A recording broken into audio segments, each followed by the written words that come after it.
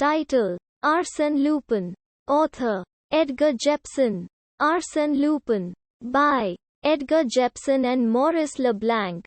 Chapter 9. FORMERY opens the inquiry. The examining magistrate came into the room.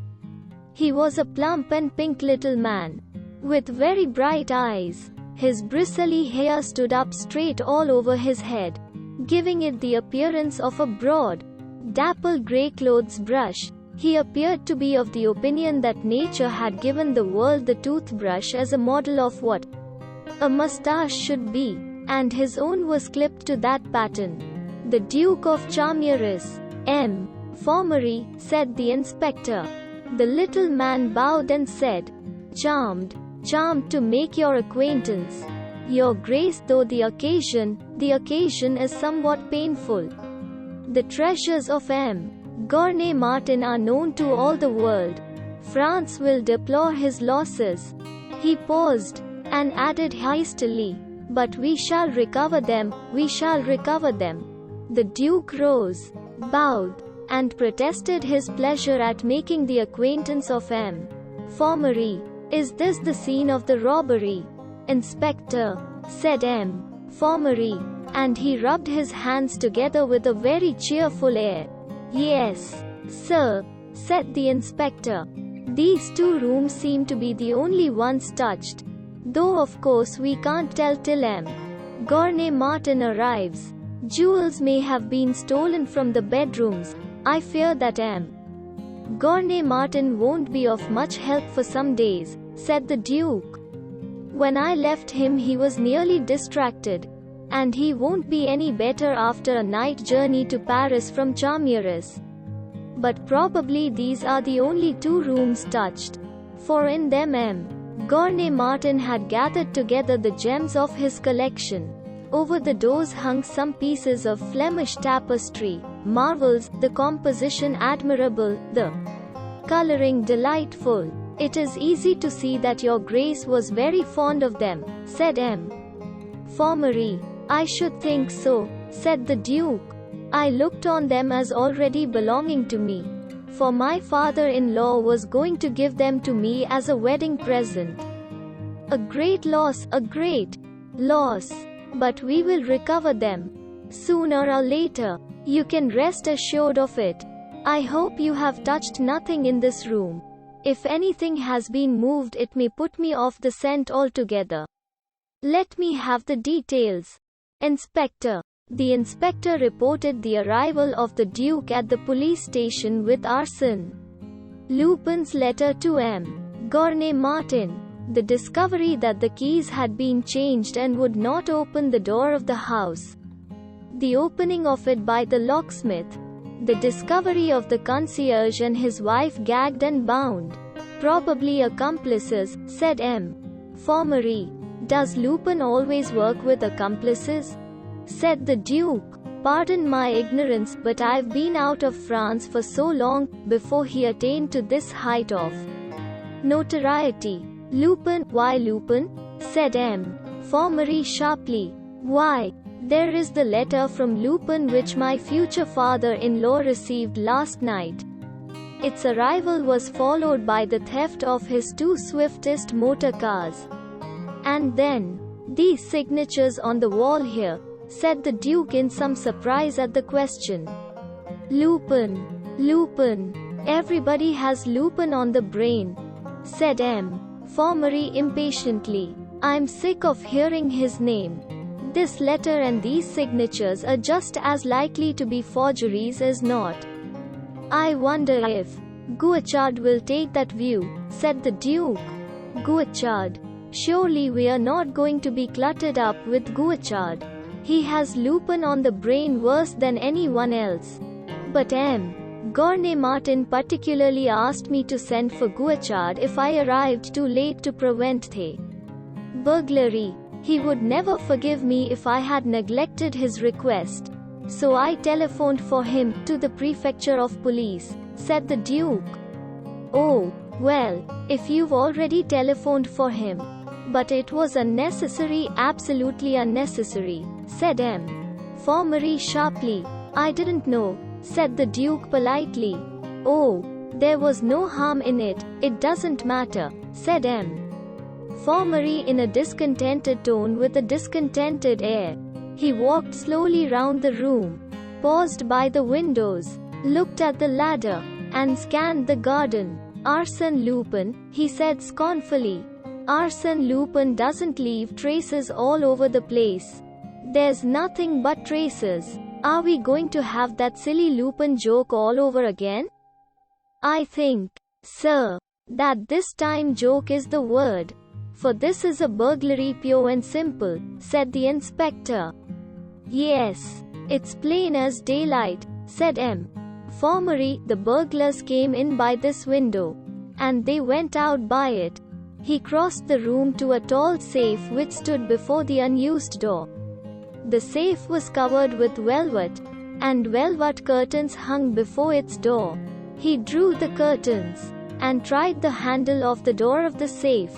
It did not turn. The safe was locked, as far as I can see. They haven't touched this, said Formery. Thank goodness for that, said the Duke. I believe, or at least my fiancé does, that Gournay Martin keeps the most precious thing in his collection in that safe, the coronet. What? The famous coronet of the Princess de Lamballe?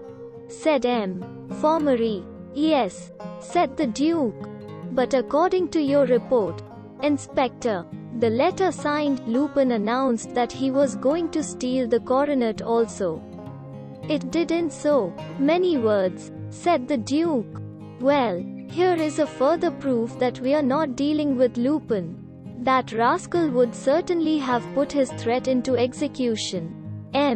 Formery, said the inspector. Who's in charge of the house?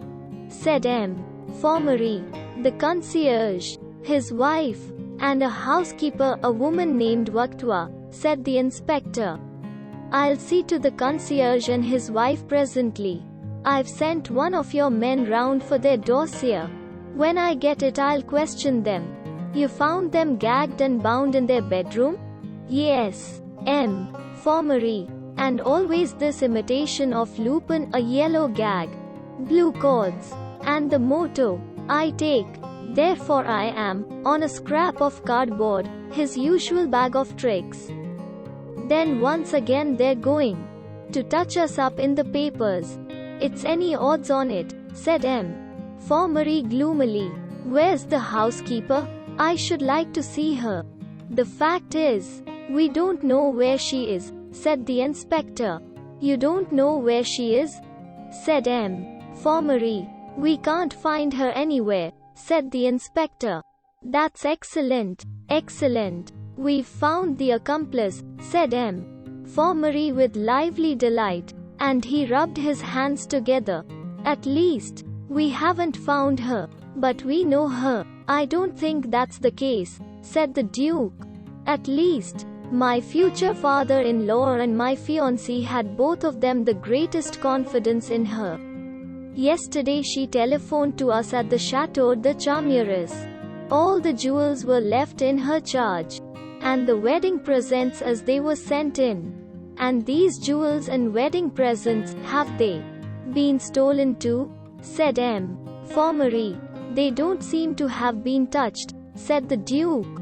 Though of course we can't tell till Gournay Martin arrives. As far as I can see, the burglars have only touched these two drawing rooms. That's very annoying, said Formery. I don't find it so, said the Duke, smiling. I was looking at it from the professional point of view, said Formery. He turned to the inspector and added, You can't have searched thoroughly.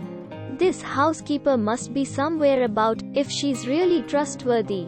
Have you looked in every room in the house? In every room, under every bed, in every corner and every cupboard, said the inspector. Bother, said Formery. Are there no scraps of torn clothes? No blood stains? No traces of murder? Nothing of interest? Nothing, said the inspector. But this is very regrettable, said Formery. Where did she sleep? Was her bed unmade? Her room is at the top of the house, said the inspector. The bed had been slept in, but she does not appear to have taken away any of her clothes. Extraordinary. This is beginning to look a very complicated business, said M. FORMERY gravely. Perhaps Qcera will be able to throw a little more light on it, said the Duke. M. FORMERY frowned and said, Yes. Qcera is a good assistant in a business like this. A little visionary, a little fanciful, wrong-headed. In fact, but, after all, he is Qcera. Only, since Lupin is his bugbear, he's bound to find some means of muddling us up with that wretched animal. You're going to see Lupin mixed up with all this to a dead certainty. Your Grace. The Duke looked at the signatures on the wall. It seems to me that he is pretty well mixed up with it already, he said quietly. Believe me, Your Grace, in a criminal affair it is, above all things, necessary to distrust appearances. I am growing more and more confident that some ordinary burglars have committed this crime and are trying to put us off the scent by diverting our attention to Lupin. The Duke stooped down carelessly and picked up a book which had fallen from a table. Excuse me, but please, do not touch anything, said M. FORMERY quickly. Why, this is odd, said the Duke, staring at the floor. What is odd? Said M. FORMERY. Well, this book looks as if it had been knocked off the table by one of the burglars. And look here. Here is a footprint under it, a footprint on the carpet, said the Duke. M. FORMERY and the inspector came quickly to the spot. There, where the book had fallen, plainly imprinted on the carpet, was a white footprint. M. FORMERY and the inspector stared at it. It looks like plaster. How did plaster get here? Said M. FORMERY, frowning at it. Well, suppose the robbers came from the garden, said the Duke. Of course they came from the garden. Your Grace, where else should they come from? Said M. FORMERY, with a touch of impatience in his tone. Well, at the end of the garden they're building a house, said the Duke. Of course, said M. FORMERY, taking him up quickly. The burglars came here with their boots covered with plaster. They've swept away all the other marks of their feet from the carpet. But whoever did the sweeping was too slack to lift up that book and sweep under it. This footprint, however, is not of great importance, though it is corroborative of all the other evidence we have that they came and went by the garden. There's the ladder, and that table half out of the window. Still, this footprint may turn out useful. After all, you had better take the measurements of it. Inspector, here's a foot rule for you. I make a point of carrying this foot rule about with me. Your Grace, you would be surprised to learn how often it has come in useful. He took a little ivory foot rule from his waistcoat pocket and gave it to the inspector, who fell on his knees and measured the footprint with the greatest care. I must take a careful look at that house they're building. I shall find a good many traces there, to a dead certainty, said M. FORMERY. The inspector entered the measurements of the footprint in his notebook. There came the sound of a knocking at the front door. I shall find footprints of exactly the same dimensions as this one at the foot of some heap of plaster beside that house, said M. FORMERY, with an air of profound conviction, pointing through the window to the house building beyond the garden. A policeman opened the door of the drawing room and saluted. If you please, sir, the servants have arrived from Charmieres, he said. Let them wait in the kitchen and the servants' officers, said M. FORMERY. He stood silent, buried in profound meditation, for a couple of minutes. Then he turned to the Duke and said, What was that you said about a theft of motor cars at Charmieres?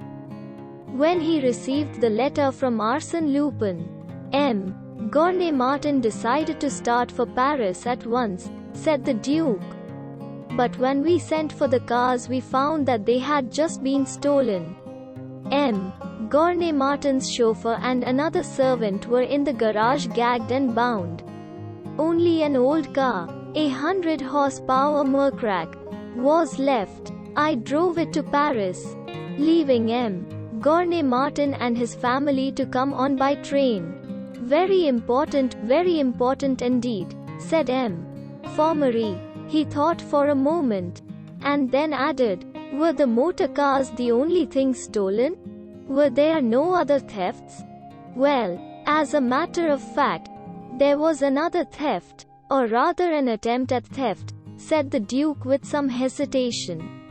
The rogues who stole the motor cars presented themselves at the chateau under the name of Qcera, a father and 3 sons, on the pretext of buying the 100-horsepower Mercrac.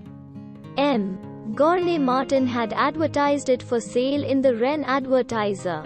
They were waiting in the big hall of the chateau, which the family uses as the chief living room, for the return of M. Gournay Martin. He came, and as they left the hall one of them attempted to steal a pendant set with pearls which I had given to Mademoiselle Gournay Martin half an hour before. I caught him in the act and saved the pendant. Good. Good. Wait, we have one of the gang. Wait till I question him, said M. FORMERY, rubbing his hands, and his eyes sparkled with joy. Well, no, I'm afraid we haven't, said the Duke in an apologetic tone. What? We haven't? Has he escaped from the police? Oh, those country police, cried M. FORMERY. No, I didn't charge him with the theft, said the Duke. You didn't charge him with the theft?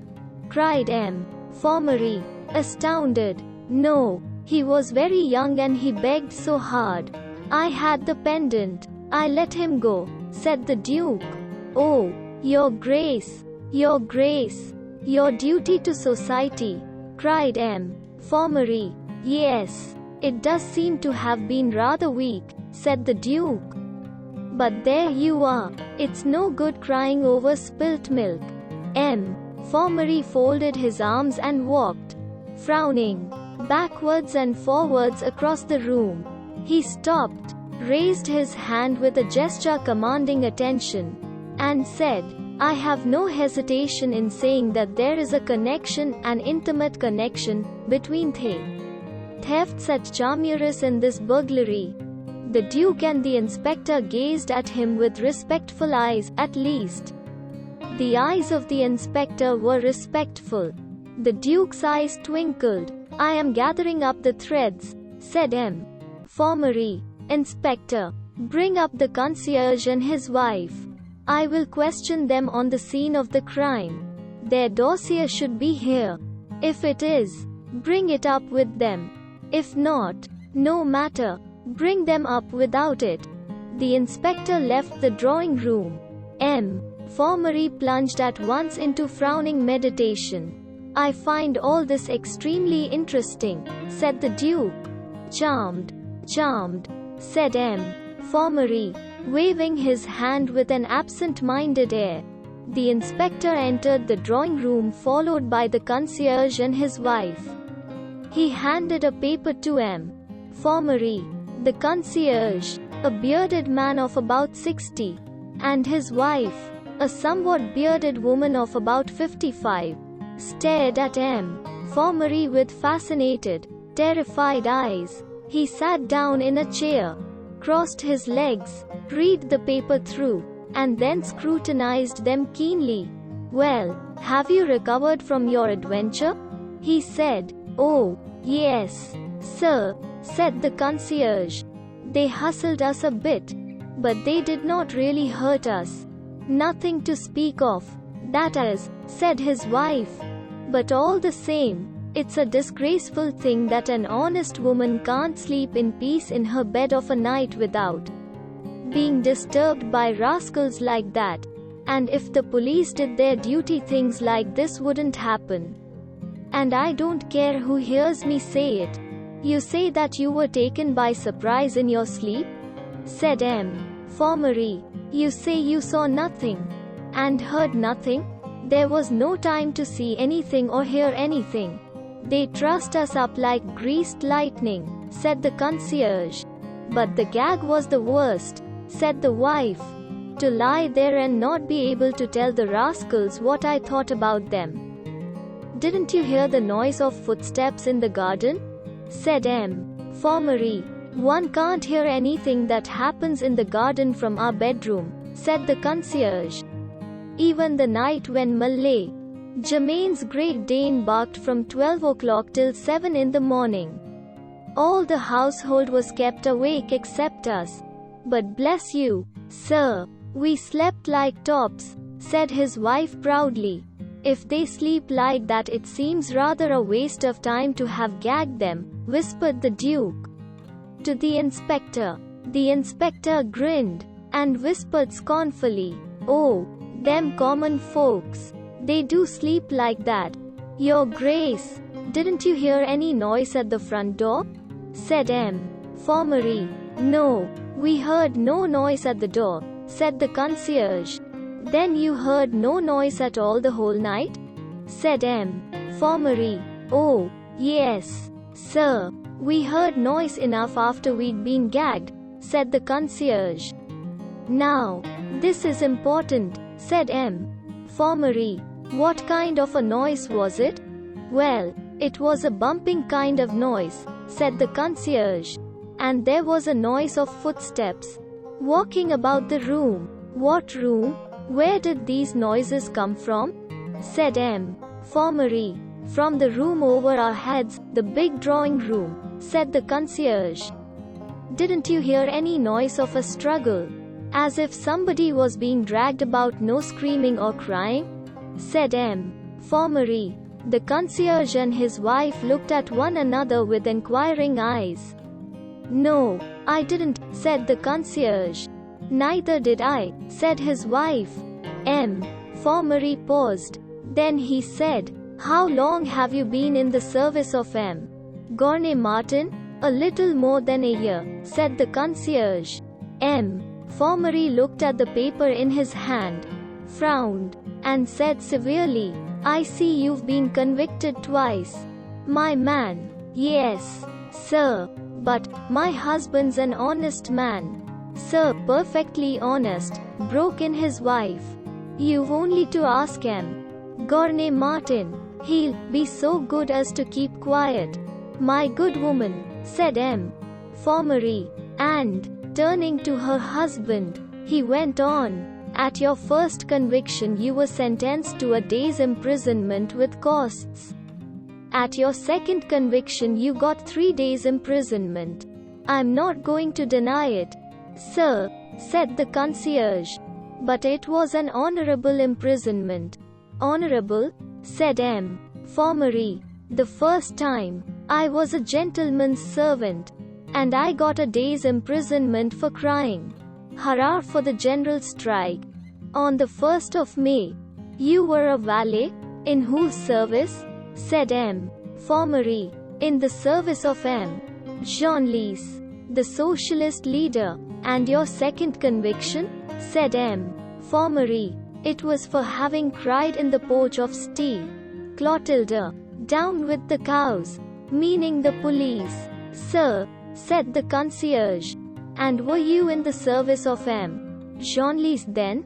Said FORMERY. No, sir. I was in the service of Bussy Rabutin, the royalist deputy. You don't seem to have very well-defined political convictions, said FORMERY. Oh, yes, sir, I have, the concierge protested.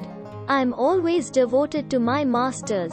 And I have the same opinions that they have, always. Very good. You can go, said FORMERY. The concierge and his wife left the room, looking as if they did not quite know whether to feel relieved or not. Those two fools are telling the exact truth. Unless I'm very much mistaken, said M. Formery. They look honest enough people, said the Duke. Well, now to examine the rest of the house, said M. Formery. I'll come with you, if I may, said the Duke. By all means. By all means, said M. Formery. I find it all so interesting, said the Duke. This is the end of chapter 9. This book is split into chapters for viewer benefit. For next chapter, click the suggested video or link in the description. Please subscribe for more of such amazing audiobooks. Play the playlist given in the description for autoplay of the entire book.